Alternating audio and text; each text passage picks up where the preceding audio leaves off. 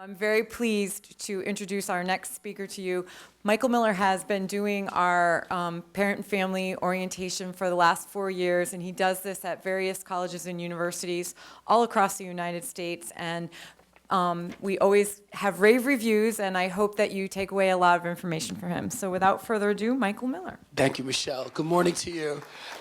Since we're going to be together just for a little bit of time today, I feel the need to disclose 3 things that will help you get me a little bit better. Number 1, I was born and raised in the Bronx in New York City. Thank you. Does anybody need to get anything off their chest about New Yorkers right now? This is a dangerous place in Connecticut because things start to shift. You know, the Red Sox people are around here. I am a Yankee fan, but I tell you I'm from New York really for 2 reasons. One, like most New Yorkers, I'm loud, and the more excited I get louder. They don't really hesitate in giving me this microphone. If that volume offends your very polite Connecticut ways, please forgive me up front. Second, I betray my New Yorker and my Italian-American heritage. I talk with my hands, and it's distracting. So I'm actually begging your indulgence, if you don't mind, to put up with it. I know if you ever took a public speaking class, what do they tell you? You know, control your gestures. And I try, but I can't. If I keep my hands down, my heart rate goes up. So I'm serious, begging your indulgence. If you could put up with a little bit, it's distracting for me. I can imagine if you have to watch it. So give me a pass if you don't mind on that. Number 2, you can tell already, like a lot of energy and enthusiasm, right? Some of you like it, and others of you want to throw me under the freaking bus. Don't do that yet. Give me a shot. Let me tell you why. I have just a couple of ideas for you. Given my work, I travel about 240 nights a year at anywhere from 70 to 90 colleges and universities. I do have some perspective to offer you on what's going on and some things that work when working with your students. I offer them to you. It's not a lot of advice. Take it. I think it'll help you. So if you give me a shot, you'll find there'll be some good stuff in here that no matter where you are in your experience with your son or daughter, your family member going off to college, it'll be useful for you. So just give me a little chance. I promise you it'll add up in a moment. Last but not least, I would like this to be meaningful for you. How about you? Thank you for answering. When I ask questions to the audience, sometimes they just look at me. I promise you, if you ask me a question, I'll answer it. So I appreciate your response. Meaningful is an equation. It equals me plus you. So I need you to kind of come along with me with some of this stuff. So if you do that, this thing will go very quickly. So with that, I'm going to ask you to do one thing for me now. I'm going to ask you to think about the child, the person that's coming to college here, your family member, your student, your son or daughter, okay? It's a good moment, right? Congratulations. Yeah, I could tell from your reaction, yes, you're happy about this, right? It's what you wanted from the day they were born, right? Some of you have been saving from before they were born for this moment. You put the bottle in the mouth and wondered what kind of college you're going to go to, and all of a sudden, you blinked once, and here it is, right? So it's happy times, right? Yeah, but not so much all the time, right? I know. So that's what I want you to do for me. I want you to think for a second why in this moment, that is really a great moment in the history of your family, something sticks sometimes, right? When you think about it and you find yourself getting excited, you think about something that stops it a little bit. Maybe you don't know what I mean, like a distress about it, a distraction, a concern, a fear, a fright, if you will. If you don't know what I mean, let me give you an example. Your kid's been a good student, but they're going to major in math, and you're already freaking out about their course load. How's she going to do it? How's she going to do it, right? She works hard, but it's going to be hard, right? For others of you, it could be the moolah, right? You scraped it together, you did it, you found the cash for this year. They haven't even started yet, and you're worrying about next year. Am I going to have the money to get them through? Am I going to have the money? I'm looking for a part-time job already, right, to supplement your full-time work, right? Money on the mind already. For others of you, it has nothing to do with your son or daughter. It has to do with that little person that your son or daughter is dating right now, and you're just praying that Eastern is going to end that relationship, right? Whatever it is for you, I'm going to give you about 30 seconds just to think for me for a moment. Reflect. When you think about the kid coming to school, what's the thing that's on your mind? The thing that's not the exciting moment. Think for a second for me. I'll give you 30 seconds.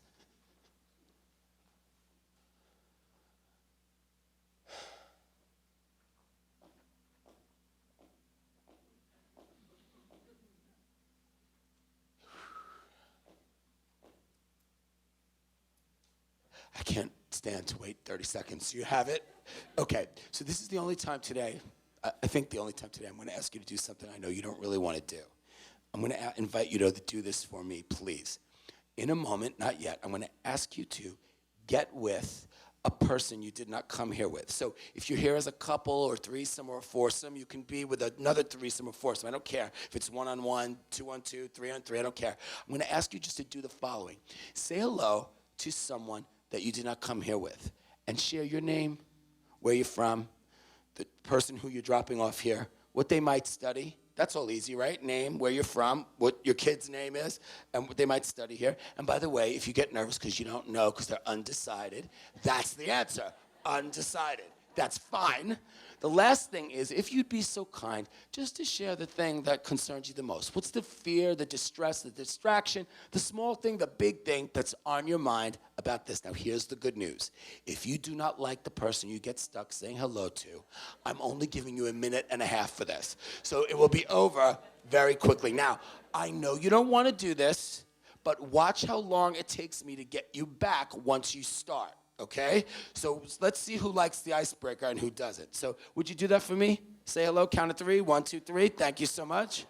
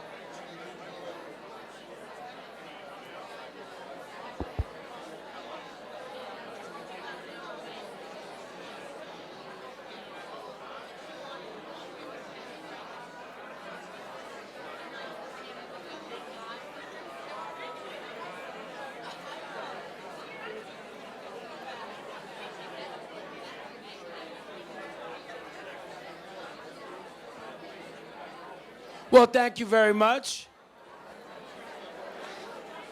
I appreciate you talking to each other. Thank you. Thank you very much. Nobody likes the icebreaker, and I'm getting violence from some of you that I'm interrupting you. I know it's short. I'm just interested in staying on schedule. They want to murder me in the student activities office when I go overtime on this. But here's the good news. You're going to have lunch together. We provide lunch after the academic advising session, a chance to catch up with people again. So if you didn't get to finish, you can follow up with each other, and I hope that you do. Why? Why do I never ask you, today I get your students, by the way. I'm with them for about 1.5 hours this afternoon. Well, I never ask you to do anything that doesn't make sense. Why would I ask you to do this? Help me out. I share your fears, right. And so what, who cares? Thank you. Sister says it exactly right. We are not alone. There is a tendency, especially if this is your first child that is beginning their college experience, to feel like you're the only one that feels this way, and then you beat yourself up for feeling something that you think is silly. Chances are, if you did do what I asked you to do, you might have heard the same concern or fear from the other person. You're not alone in this. It's important that we feel that. So let's take a deep breath and just be together about it, okay? By the way, how many of you first child leaving at college or first student of yours? Okay, good, big number. How many of you second? Good, oh God, a lot of you. If you start to watch some first-time parents, you're seeing your future. They start to look a little more tired as it goes on. Who's 3 children in college? Oh my goodness. Anybody 4 in college right now? There she is. Give her a round of applause. You look fantastic, by the way, for that. We had one parent in one of the earlier sessions had 5 at one time. You have 5 now, and 3 in college, right? 2 in right. This mom had 5 in college at the same time. Set of twins in a row. So crazy. But anyway, so you're not alone. That's the first thing. Second thing I want you to think about, if you have a concern, a distress, a fear, a distraction, small or large, you don't look it in the eye and acknowledge it for yourself, it will go away. That's the good news. But here's the bad news. In August, when it comes time to drop them off, that fear, concern, fright comes back. And when it comes back worse. So if you want the last week of August, when you're bringing them here, to be worse for you, just deny that you have a concern or a fear. If you look that fear in the eye, it will go. You will manage it. You're better than any concern or fear you have, and so is your kid, by the way. So you might want to talk to them about it. You might want to work it out for yourself, but spend some time getting rid of that. This is a really good moment in your life. Third reason I want you to get to know each other a little bit is, it's a small college, Eastern. That's why probably you're happy about your son or daughter coming here. They're going to get a lot of attention. And because of that, see these faces? These faces are the same faces you're going to see in August. Whether you're a commuting parent or a new student, a parent of a resident student, you're going to see these same faces at move-in. You're going to see these same faces at family day. You're going to see these same faces at graduation. So you're part of the Eastern thing. You might as well start to get to know each other. The other thing is that for some, a select few of you, take a look at each other right now. Look at the people. Look at each other. I'd like you to say hello to Thanksgiving 2020. In-laws? Yeah, because your little beauties are going to get together. Any college sweethearts? Any college sweethearts here right now? Yeah, okay, there they are, right? So somewhere, at some college, you sat in an orientation somewhere, and you had no idea that you would be showing up together with a baby who's now in college. So this afternoon, when I'm with your kids, I say there are two of you in this room that will have a baby together. And you'll be glad to know they freeze and freak, and it gets very quiet. And I say, not tonight. And not until you finish college and there's some kind of a job and then a ceremony that puts you together. They laugh at that. You'll be glad to know. But this is a wonderful time of potential. We don't know what's going to happen. It's probably all going to be some really good stuff. So I hope that you take a minute and feel good about it. Congratulations. You know what? You did it. Successful. They're going to college. It's fabulous. And you've been very busy, right? Oh, no. Don't smile politely. You've been very busy carting them around, getting them to travel soccer, going to their games, getting them to lessons, taking them to music, making sure the school system gave them everything they were entitled to. Oh, yes.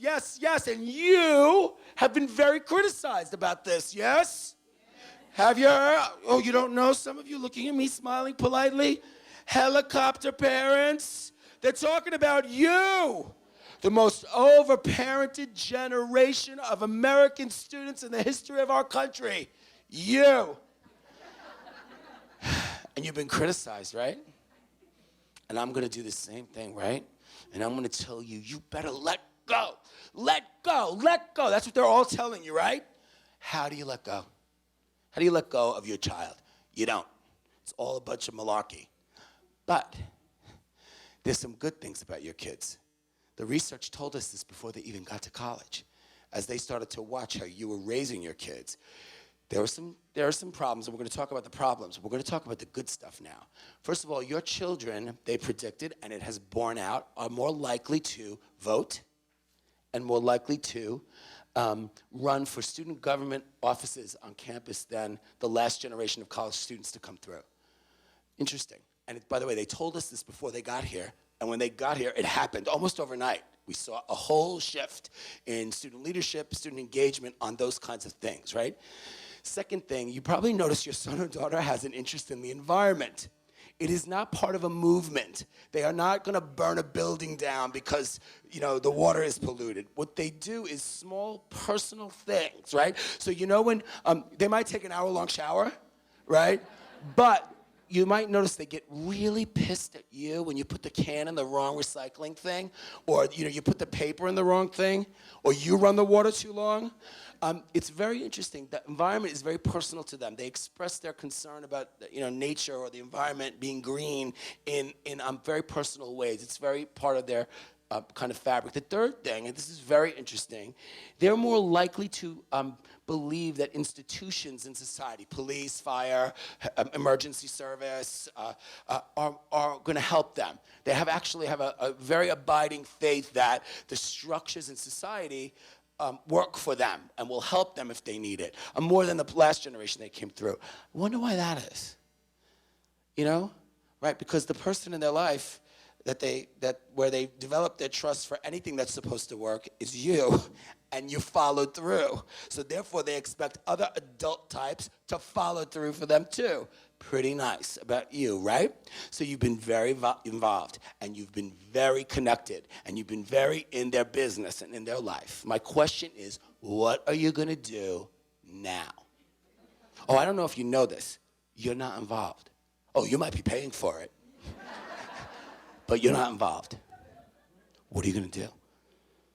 I know, and that's a frightening thing to think about, right? Because you know no one's calling you anymore.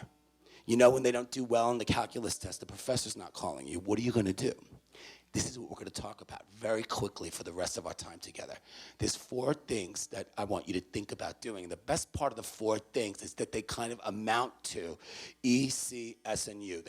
Each one starts with E, C, S, or U. You know, Eastern Connecticut State University, so it'll be easy for you to remember. But I want you to think about your relationship with this kid as an adult, and you to think about ways to get in with them in a different environment that can keep you in the position you want to be in, that being to help them, to support them, to help their success, but to do less and to get more. That's right. I'm inviting you today to think about your relationship with your child by doing less. When's the last time anybody invited you to do less? But get more out of your kid and get more out of Eastern. I promise you. So we're going to talk about that really quickly. And the way we're going to do this is going to be very easy. You're going to help me, and you're going to help me by reaching underneath yourself. No. That's a different session and one that I don't lead. By reaching underneath your seat. If you reach under your seat, you may find an envelope. And for that envelope, you will receive a prize when they arrive. There are prizes coming, and I will make good on my promise. If you find an envelope under your chair, you will receive a prize. And one of the 4 envelopes, so I see 1 already. If you check the empty one, I see 2, I see 3, I see 4. We got them. Thank you for checking. Basically, all you're going to have to do is read a word, and when the prizes arrive, I know that they're on their way, you will receive a prize from me. So if you have the letter E, would you open it up for me? Who has E? The letter E. Whoa, thanks, brother. Do you mind?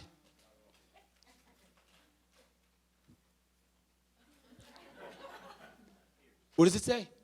Ears. His little slip says ears. So what am I advising you to do? Oh, yeah, and you're thinking, listen. I've been listening. They pay this guy to come in here and tell us to listen. I've been listening for 18 years. How much more can I listen? Let me ask you this on your right here. Be it 25 minutes or 2 hours and 25 minutes, who talked more? I know, yes, I know. I know that you talked more. Right? And I'm advising you to think about using these in a different way. See, you've been involved and you've been there. Now you're not going to have all the information.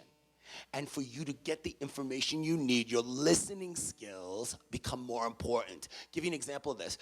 I was working at a beautiful college here in Connecticut. I was a staff member. I get a phone call from a parent. My secretary says, Michael, it's a parent on the phone. Now, when you call the university, notice how I'm saying when you call the university. Let me ask you this. Of those of you that went to college, how many of your parents called the college you went to? Show me. Hands. I know. How many of you, and tell the truth, plan on calling this university when your kid has a problem? Show me the hands. I know. Things have changed. Right? And those of you that didn't raise your hand, you're lying to me, and I know it. Not all of you. So I get a call, and I need you to know, when you work at a university, and especially I know the people that work at Eastern, when you call, it's a serious thing, because it's very rare that a parent is calling to say, hey, how are you? How you doing? So the father, she transferred me through. It's a father assistant. He says, hello, Mr. Miller. I met you during orientation. You said that if there was ever a problem, we could call you. I said, of course. How can I help you? He says, well, I'm concerned about my son, Matt. Matt's not doing very well. He's not connecting. I don't know what it is. He doesn't seem happy. I said, tell me more. He goes, I'm concerned that he's not making any friends. He's not getting along that well with his roommates. He's just seems disconnected. I don't know what it is. He just doesn't seem to know a lot of people. It's bad. I said, I'm sorry about that. I said, anything else that, you can tell me? He goes, well, he's coming home every weekend and we live 5 hours away. It's killing me. So I'm like, freshmen can't have cars at this college. I'm like, how's he getting home every weekend, sir? And he goes, well, I'm picking him up. So I'm like, I got two problems on my hands here, but we'll deal with the first one. I said, help me out. I said, sir, what can I do? What do you think I could do to help, He says, well, I was hoping you could do the following, I know you're connected to a lot of students in your office. I was hoping, now please listen to this. He says, I was hoping you could introduce him around to some of the guys. I want you to think about this. Think about your son or daughter. Could you imagine if I went up to your son or daughter tonight and said, Mom wanted me to introduce you around to some of the girls? That kid would call you in 20 seconds and say, are you freaking crazy? So I know this is not going to work because I know college students. So I say, sir, tell me what he's into. Like, what does he like to do? So the father says, oh, he's really into computers. He's a computer science major. He loves video games, Xbox, crazy about that, spends a lot of his time on this. I said, all right. I said, I have an idea. Instead of me introducing him around, I said, what if I hook him up with the president of the gaming club, the video game club? I said, how would that work? I said, and I'll get him to introduce him to some of the members, people with a like interest, something that they're all into. How does that work for you? He goes, oh, that's great. That's a great idea.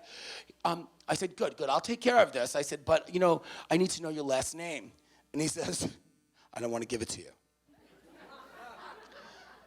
So I said, well, we have a lot of Matts on this campus. I said, I don't know how I'm going to find the right one.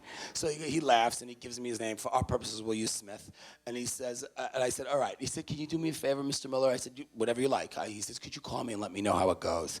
I'm like, absolutely. So the next morning I come to work, I call this kid 7:30 in the morning because I know I have to get him when he's a little off kilter. So I'm going to wake him up, and I'm doing this intentionally, right? So I dial the number. I hear, hello. I said, good morning. Matt, please. He goes, this is Matt. I said, hey, Matt, Michael Miller from the Student Center. I said, I need to see you today. Now, please know I know exactly what I'm doing because you know that we have no control over your son or daughter when they come to college. Don't tell them that, right? But we have no control. We can't force them to do anything, right? We have very little control over them. They're adults now, right? But here's what I know. Early in the freshman year, especially in October, the time that I'm calling this kid, he still thinks of it like high school. So when I'm calling, it's like the principal saying, you have to come to my office. And I know this, by the way. I'm not above using that because in the spring, I'll have to do different things to get them to my office. So I said, I need to see you today. Are you free at noontime? Do you eat lunch in the dining hall? He says, yes. I said, do you know where our offices are? He says, yes. I said, I need to see you at noon. He says, okay. I said, you come at noon? He goes, yes. Not happy. I said, you're not going to blow me off, are you? He goes, no. I said, thank you. Can't wait to see you at noon. Bye. Click. At noontime, my secretary says, he's here. And he's not happy. And I love a challenge. So I'm like, okay, don't worry. I said, I'll open the door. So I opened the door. I said, Matt, come in. And he comes into my office like that. And he's got the Jimmy leg. You know this? So, my observation skills are so sterling. I say, Matt, you seem upset. And he goes, so I said, are you upset with me? And he goes, and I said, now, I know that he's upset, but I'm willing to take a bullet for you, but not the whole bullet. So I'm like, are you upset with anyone else? And he goes, I said, who? He goes, my father. He's the reason I'm here, right? And I go like this.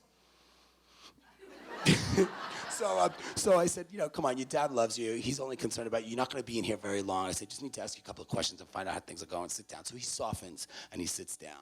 I said, what's going on? He goes, I don't know. He goes, I'm just not loving it here. I said, your parents are very concerned. He goes, I know. I don't know why my mom and dad are freaking out so much about this. I've told them what's going on. Now, he says he told them, but I know you're kidding. You do too. They say they told you, but they really didn't tell you. So I say, Matt, try it out on me. Tell me what's going on. See if I understand, right? So he goes, yeah. He says, listen, I'm a computer science major. I know now that I don't want to be a computer science major. I want to be a computer graphics major. I want to do graphic design for animation. He said, we don't offer that program here. So I told my parents in May, I'm transferring, I'm leaving. I said, okay, now, I don't know about you.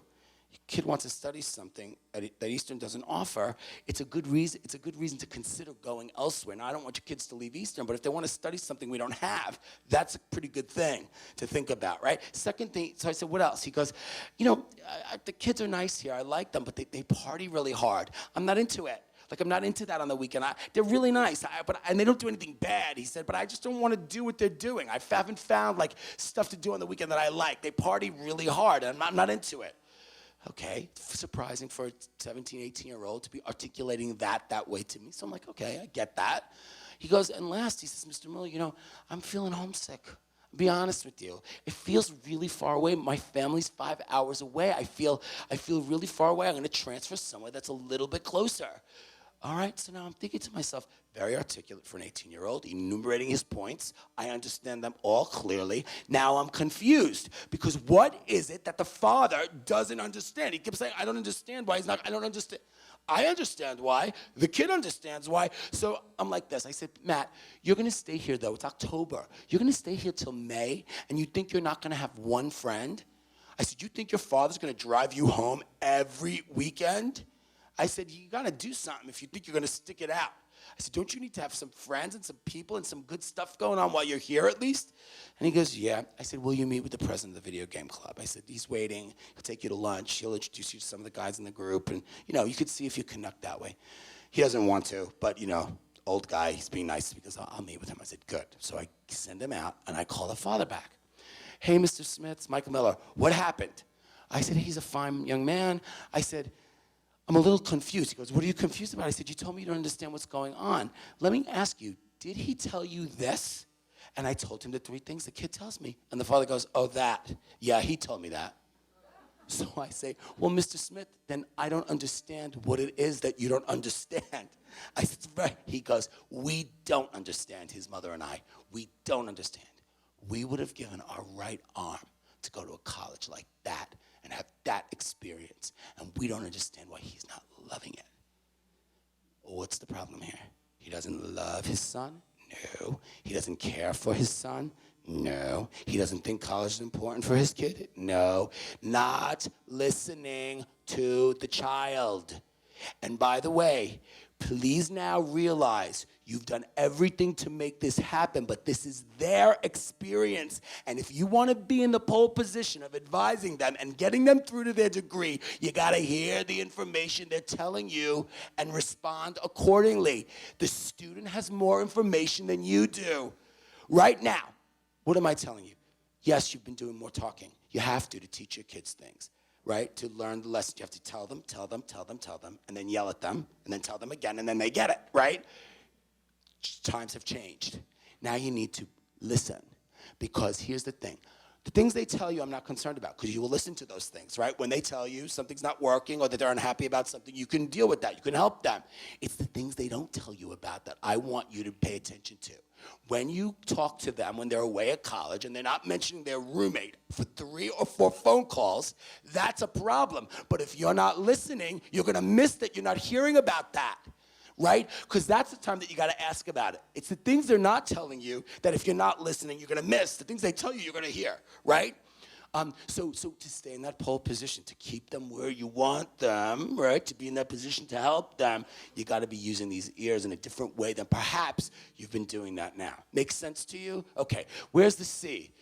Let us see. Who's got it? Lady, what does it say? She said, consider responses. She pays $20,000 a year, and her present? A Super Bowl, because that's about all you're going to be able to afford to eat after this. I have yours, sir. I'll give it to you in a minute. She said, consider responses, right? So I want you to think about this. I want you to consider your response to your kid. Question for you. When your kid screws up, does something wrong, makes a mistake, do they know how you're going to react? Have they ever played you a little bit, like kind of couched the information to bring about a different reaction from you? They have, by the way, and why do they do that? Because it's 18 years of you living with them. They know what to expect when they screw up, yes? They know what you're going to do, right? I'm asking you to consider how you respond to things. It might be time to change it up. Let me tell you about my little mother. I have a mother, my mother she's 5'2". She's dark-skinned Italian Sicilian lady, right? When she was young, jet black hair, my mother, right? She's small, she's squat, she's fiery, very passionate, yells about everything. How much she loves me, what we're having for dinner, and when she's mad, right? She marries my father, 6'2", blonde hair, blue eyes, a New York City cop, okay? Quiet, directive, in charge, okay? Very striking couple they are, and they have 3 sons.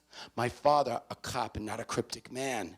He told us what to do, and we didn't really have a choice. We did it, right? Not a lot of philosophical messages coming from my father. Not a lot of messages from beyond with this guy. My mother a little bit, not my father. My cousin is going to college. We're at a barbecue at my aunt's house. I'm sitting on my dad's lap. I'm 10 years old. She's talking about going away to school, and my father whispers in my ear, "You're the only one of your brothers that's going to go to college. And I fear that I'm not going to be around to see it."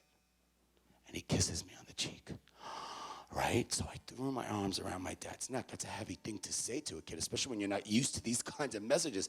I threw my arms around his neck. I said, "Dad, don't say that. That's terrible." And I kissed him back. And I'm sorry to tell you that he was right. When I was 12, my father died, and he left my mother with 3 teenage boys, and I was the youngest of the 3. And he was also right. Of the 3 of us, I was the only one that went to college. My brothers found other ways, right? And my mother somehow found a way, just like you, to send me to the college I wanted to go to. And I wasn't smart like your kids. I didn't pick the State University of New York where I lived. I picked a very private, very expensive college in southwestern Connecticut. And my mother was going to make this happen for me. Right? And to this day, I tell you, I don't know how she did it, right? When I was a kid, I didn't know how she did it, right? How is she going to pay this, right? I was worried about it then, but she told me, your job is to get accepted, and my job is to pay for it. And I know she probably didn't buy a pair of shoes or a dress for the 4 years I was in college, right? I know that. Unless you don't know whether your kid knows what you're going through, they'll realize it someday, and so hopefully somewhere at a college somewhere, they'll talk about you the way I'm talking about my mother, right? But it works. I get into this school, she finds the money somehow, and I go. And it's a smash success. I love it, and it seems to love me. I finished my freshman year with a 2.8. Not wonderful, but certainly not unrespectable. It's certainly not embarrassing, right? Freshman year is hard, right? So I go back to school for my sophomore year. I'm 19 years old, 20 years old. I'm ready. I join everything. I'm on the radio station. I'm on the student government. I'm on the dorm council in my residence hall. I am a co-director of the tour guides for admissions, and I get the lead in the theater company of the. I know I did some theater. You're shocked about it, right? But I get the lead in the play. And by the way, when you're the lead in the show, they practice. It's not like in high school. They don't take the whole semester to do the show. In 6 weeks, start to finish, it's up and it goes, right? So you practice every night from 6 to 10 o'clock. My prime study time. Now, like most 19, 20-year-olds, I'm ignoring the feedback I'm getting. My grades are coming in, and they are not good. But you know what? I'm an optimist. Things always work out. It'll work out. I'm a good guy. It's all going to happen for me. I finish the semester. I come home. I get my grades. Now, by the way, you know the grades, they come to your student? Do you know this? Like when the official mailing of the grades happens, they'll know their grades beforehand from online stuff, but you know the grades don't get mailed to you even though you pay.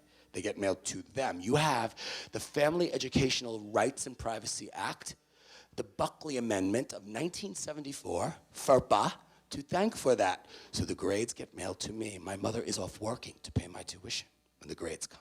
I open the envelope. It's not good. It's a D, 3 C's, and a B minus. My worst grades in the history of my schooling. So what do? Put the grades back in the envelope, fold them up, put them in my underwear drawer, and pray that she's not doing the laundry anytime soon, right? A couple of days later, my mother, no fool, she says, "Michael, how did you do this semester?" And I went like this, "Okay." She went, "You got your grades?" And I went, "Yeah." And she said, "Oh, can I see them?" Now, I thought of invoking FERPA, but my mother would have none of that. So I said, "Okay." And I go up the stairs, and what do I know? I know that when she sees the numbers, she is gonna scream at me. No, no, no. I'm gonna get a first-class rant that will not stop. So what do I say to myself? Don't say a word. Don't defend yourself. Don't throw anything on top of this because it's like gasoline on a fire. She's gonna scream me down. Your job is to take it. Let her yell and yell and yell and yell. Then she'll get tired. She'll go in the kitchen and she'll make me lasagna, and that will be it. And I won't have to deal with this, right? So I go up the stairs, I get the grades out of the drawer, I come back down the stairs. I admit to you, honestly, I shivered like a rabbit because I knew the screaming that was gonna ensue now. I get before her, now I'm a man, 20 years old. I hand my mother the grades, and I'm ready. Feet are planted because she's gonna sandblast me. She opens the grades, she opens the fold, she looks, she folds them back, she puts them back in, she hands them to me, and she looks me in the eye with no passive aggressiveness. Is that the best you could do? So what do? Instead of acting like a 20-year-old man, I act like a high school sophomore. And I say, yeah, Ma, that's the best I could do. She looks me in the eye and she says, no, I know that you're a good student, you always have been, and I know that you study. Michael, is this the best you could do? I'm asking you. So what do? In front of my mother. 20-year-old man, I cry. And why do I cry? Because I know why I'm crying, because my mother is working her behind off to send me to this expensive school, and I'm not holding up my end of the deal, right? That's why I'm crying. And she says to me, okay now, stop crying. She says, go back to school and do your best. That's all your father and I have ever asked of you. And you think about it, how many times have you said it to your kids, right? From the time they're 3 years old, do your best, just do your best. Don't get so upset, just do your best, right? And you know when I heard it for the first time? When I was 20 years old. I need you to know when I went back to school, I heard it every time I was gonna do something that was gonna take me materially away from doing my best, doing my academic work. I heard her raspy Bronx voice in my ear saying, just do your best, Michael, right?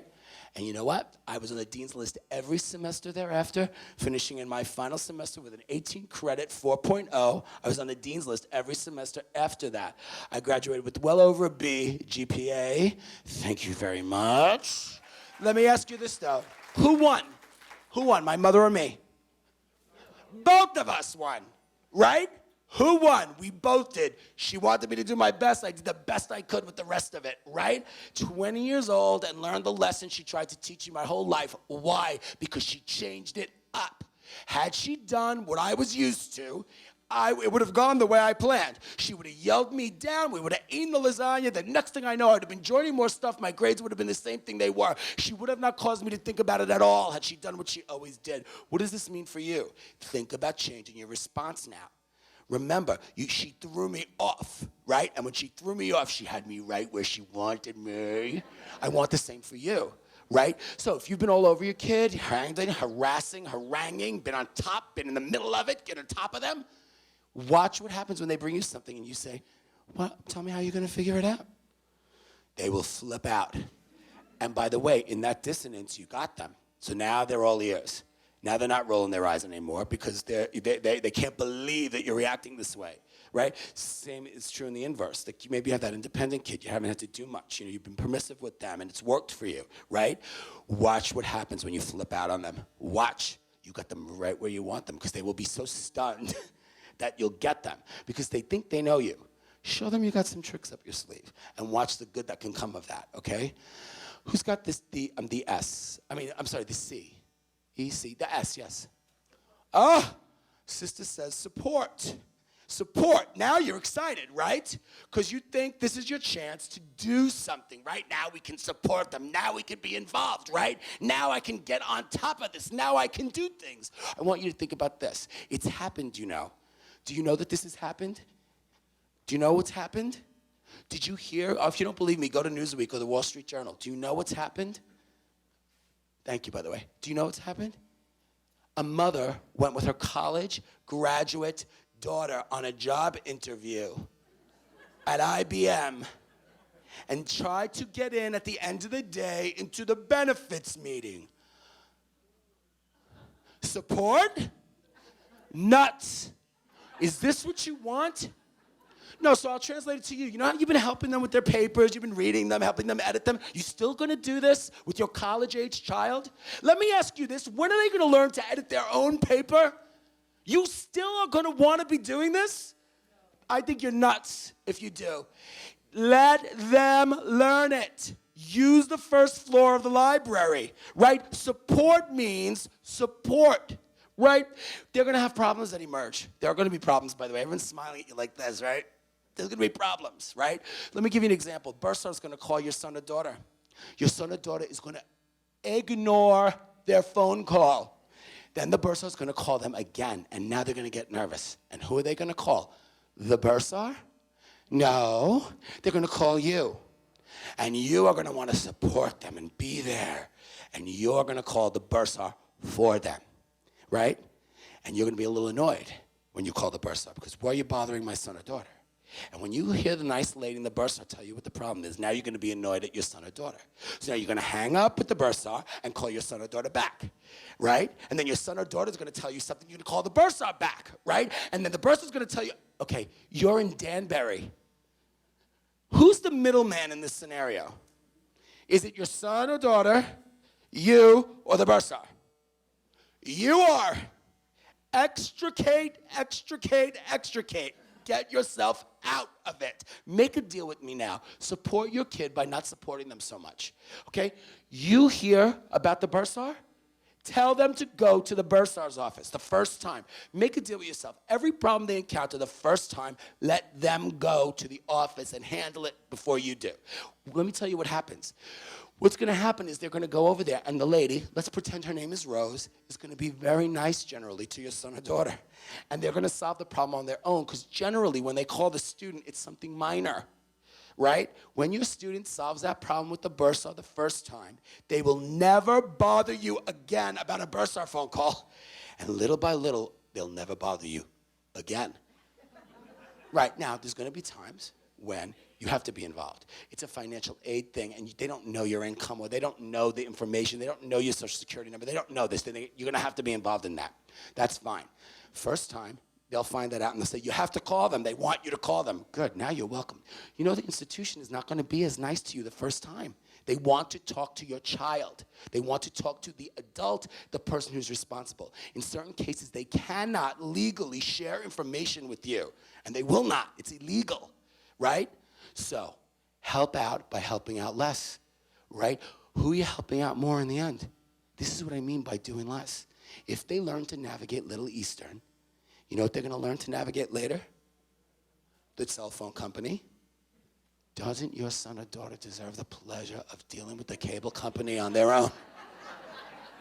Right? But if you think about it, if they learn to navigate Eastern, then they learn to navigate their grad school, bothering you less and less, taking more responsibility more and more. The best part is there's always a safety net.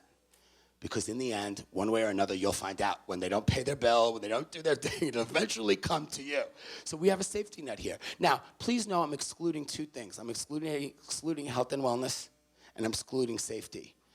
Like if you get a phone call from your son or daughter and you feel like something's wrong, and you're concerned in the moment, pick up that phone and call somebody and get that kid the help you think they need. Nobody knows your baby better than you.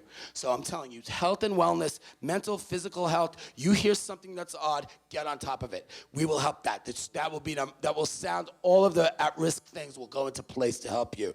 But for the small things, the day-to-day things, the administrative things, let them handle it. And instead of you helping them with calculus, send them to the first floor of the library. It's paid for already. Get out of it. Let them take care of it. Yes?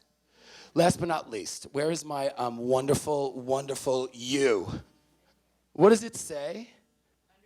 It says understand. There are three things as we end this session that I want you to think about understanding. And for me to make sense of this for you, three things that I want you to understand. I need a person who's worked in the same office building, same office space for 12 or more years. Where are you, person?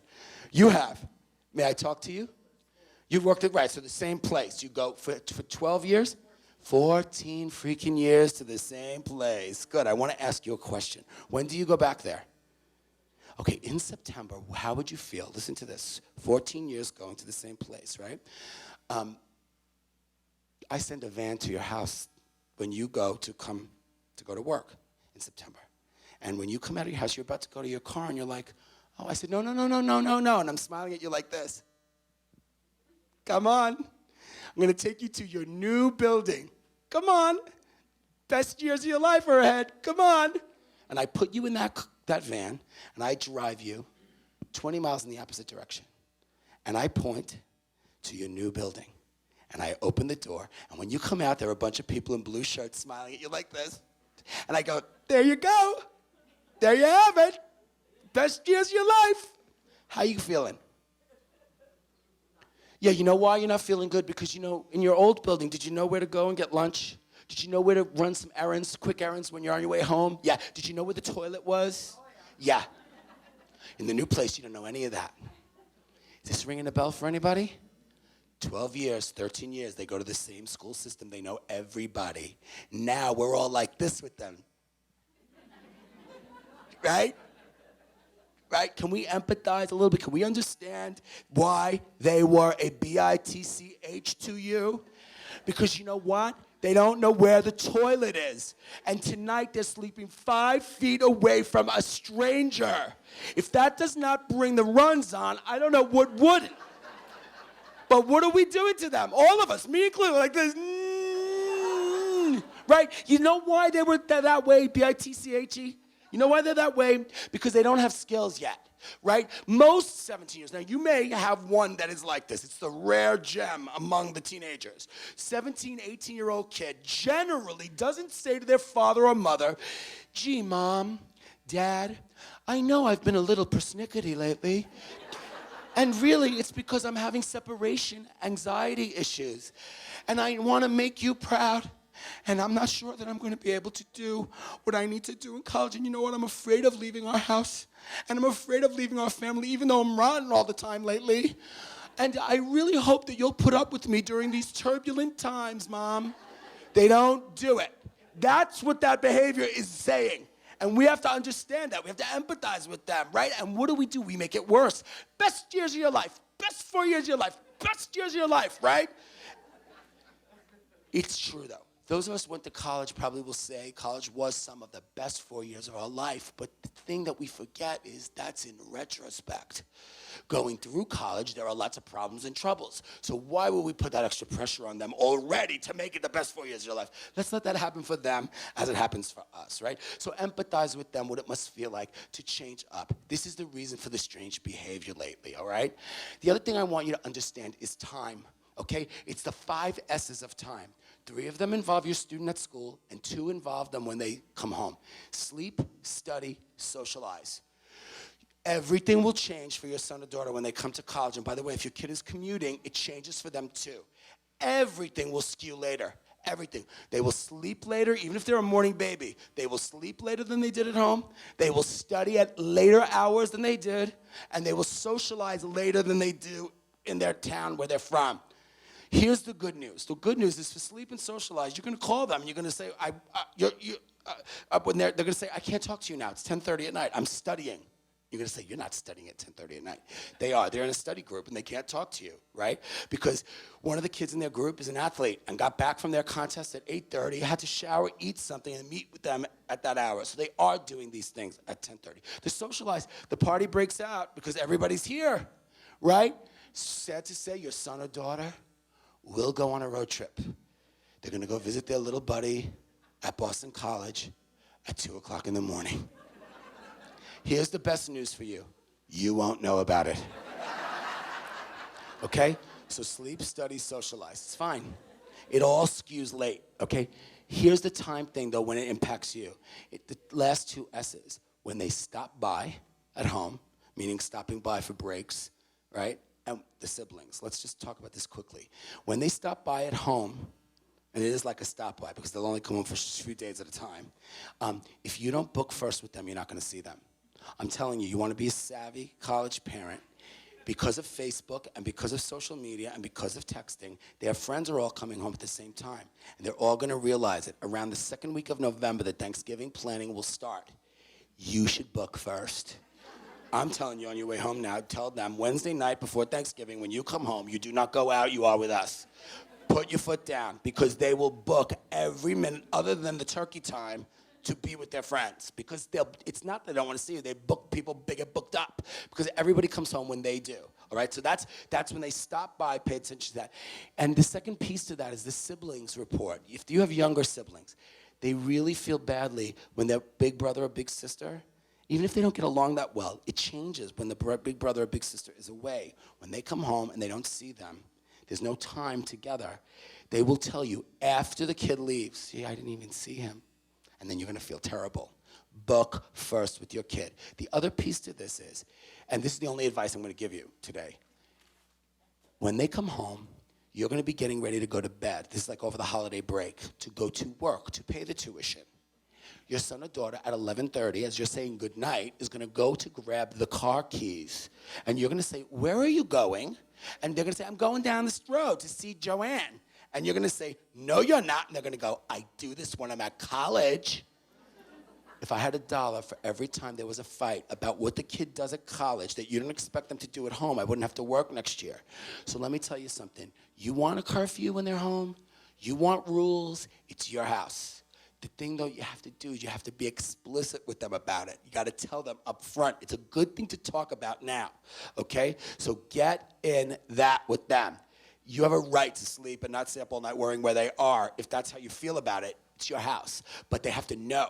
Avoid the fight. Talk about the curfew and the timing when they come home, before they come home. It'll avoid then the fight. Think about it, all right? Good? So sleep, study, socialize when they're at school, time changes, stopping by, and siblings. Worry about that when they're home. Book now for Thanksgiving, I'm telling you. All right, last but not least, understand what? Understand this is a magic moment. It is a beautiful moment. Congratulations again. It's so good. Think about this. Think about what you dreamt for the kid. They're coming to a great school. You're going to really be pleased with Eastern. They're going to be really pleased with Eastern, as most of the students are. You know, in the United States, do you know what percentage of 18-year-olds that finish high school go to college?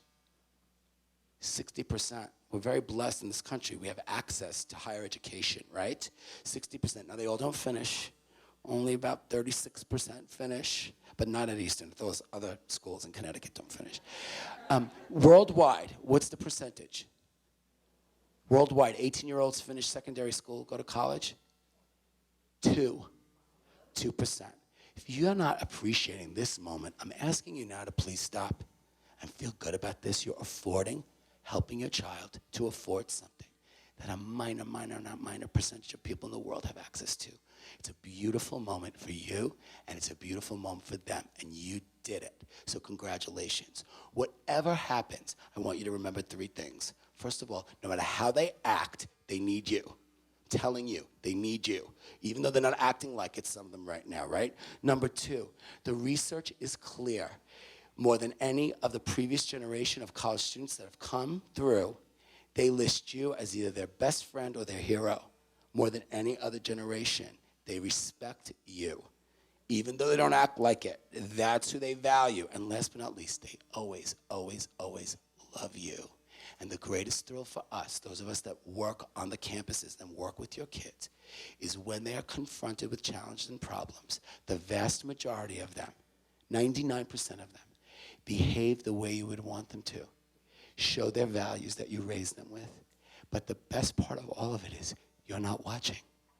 They're their own. So congratulations, and make the most of this very happy time in your family's life. Thank you so much.